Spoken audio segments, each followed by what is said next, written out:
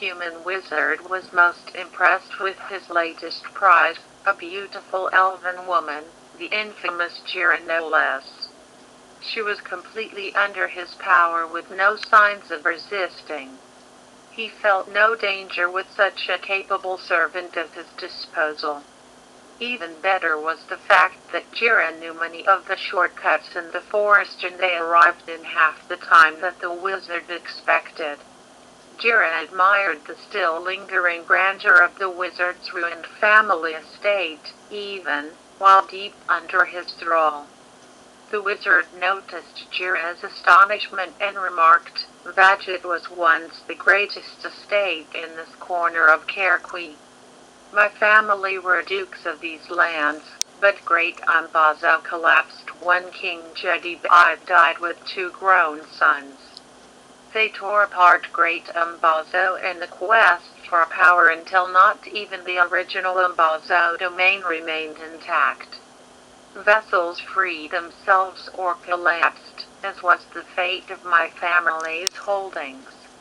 Looters came and took away almost everything from me, including my family. I had nothing. I was hungry and desperate. Jira's face became uncharacteristically sad at hearing of her master's woes. So what did you do, master? Jira asked.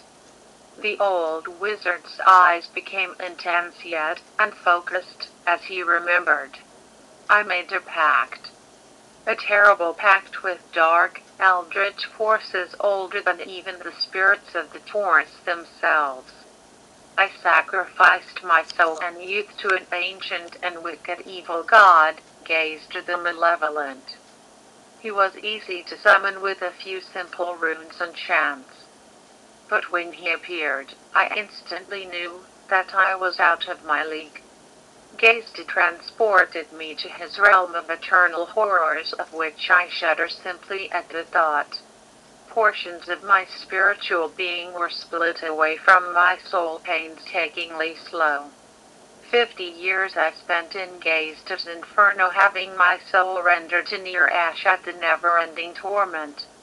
Jira grew ever more aroused with each instance of the old wizard recalling his past agonies. A part of her humany-hating old self was beginning to bubble to the surface. The wizard continued his tale. At the end of the 50th year of my extra-dimensional imprisonment, Gazder released me. I was given my reward for all this torment, the gift of controlling the minds of women with a single stare. Jira was on the verge of snapping out of the wizard's control when he turned to her and bore his gift into her mind's eye. Some women require a regimen of control to fully break their minds, don't they, Jira? The wizard slyly asked. Nothing more than an extension of the wizard's will was Jira at this point. Yes, master.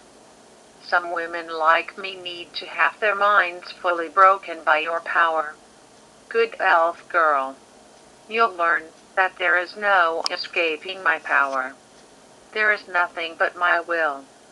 Now, my concubine, doll yourself up for your master. The wizard commanded. Jira did what she was commanded.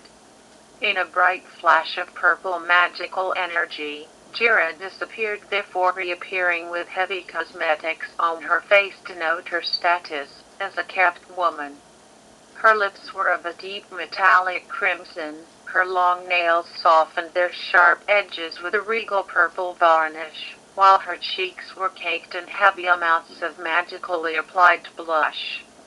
The glowing eyes of the enthralled elven woman were emphasized by a rich blend of purple, red and brown. The golden blonde hair of the elven slave girl grew to cover her left eye, amplifying her seductiveness. Jira's makeover was nearly complete. She was still naked, however, her master would quickly remedy that. He disappeared into a room for a moment and returned with a nearly pristine azure dress with gold accents.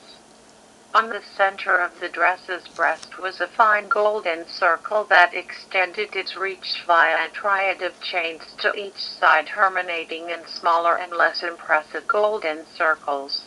At once, Jira put it on, and it fit her quite well in all the right places.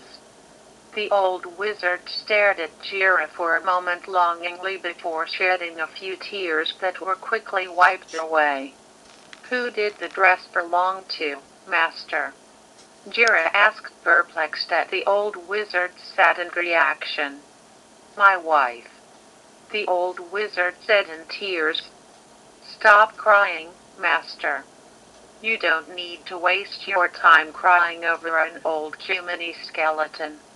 You have a beautiful elven concubine at your beck and call. I will do anything and everything you want. And I do mean everything. Let's start off with getting to know each other better in the bedroom. I mean, how else are we going to rebuild your family?" Jira said seductively. From then on, the old wizard and Jira lived in peace and brainwashed love at Badget for many years, until Sovan Oern showed up.